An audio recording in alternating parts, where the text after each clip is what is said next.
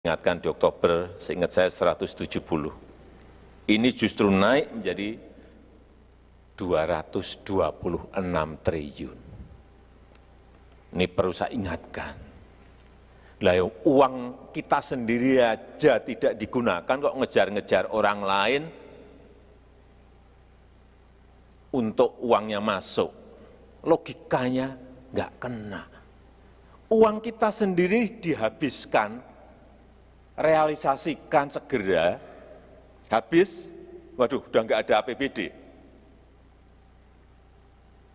APBN udah nggak ada, baru mencari investor untuk uang datang. Logika ekonominya seperti itu. Inilah kegeraman yang diperlihatkan Presiden Jokowi saat mengetahui ada 226 triliun rupiah dana APBD yang mengendap di bank. Jumlahnya bahkan naik dibanding bulan Oktober lalu.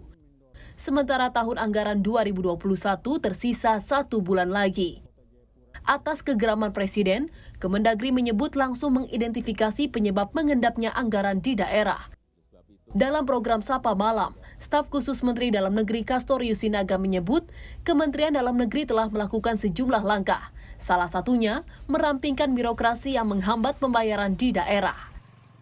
Dengan mengutamakan kualitas daripada pekerjaan tersebut dan akuntabilitas juga. Maka langkah-langkah yang kita tempuh adalah yang pertama memang mengadakan rakor mingguan.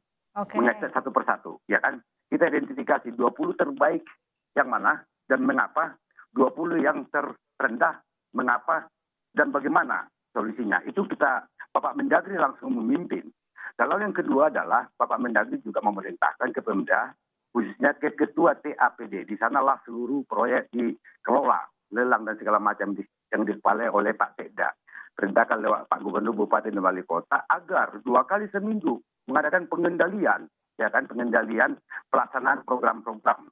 Bila ditemukan misalkan percepatan, ya silakan. Misalnya percepatan pembayaran insentif tenaga kesehatan di daerah, itu tinggal bayar, ya kan. Hanya saja memang ada masalah-masalah birokratis. Sementara Gubernur Jawa Barat optimistis penyerapan APBD di provinsinya tahun ini akan tinggi. Tahun lalu, penyerapan anggaran di Jawa Barat mencapai 93%.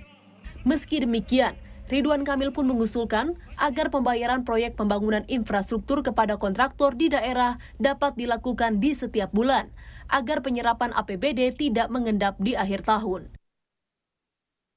Kalau di Jawa Barat kan bayar-bayar ke kontraktor infrastruktur kan biasanya memang di bulan Desember.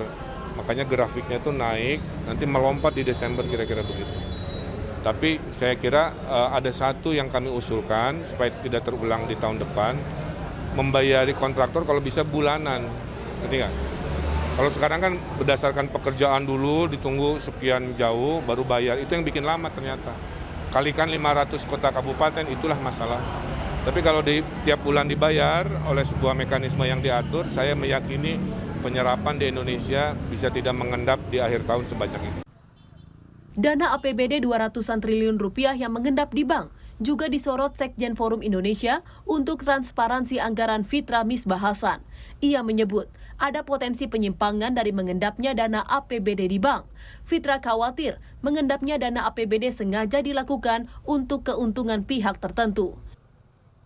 BPK atau BPKP harus menelusuri ya modus-modus penyimpanan anggaran di bank ini karena bisa jadi ada keuntungan pribadi atau keuntungan kelompok dari pimpinan daerah yang anggarannya tidak terserap tersebut.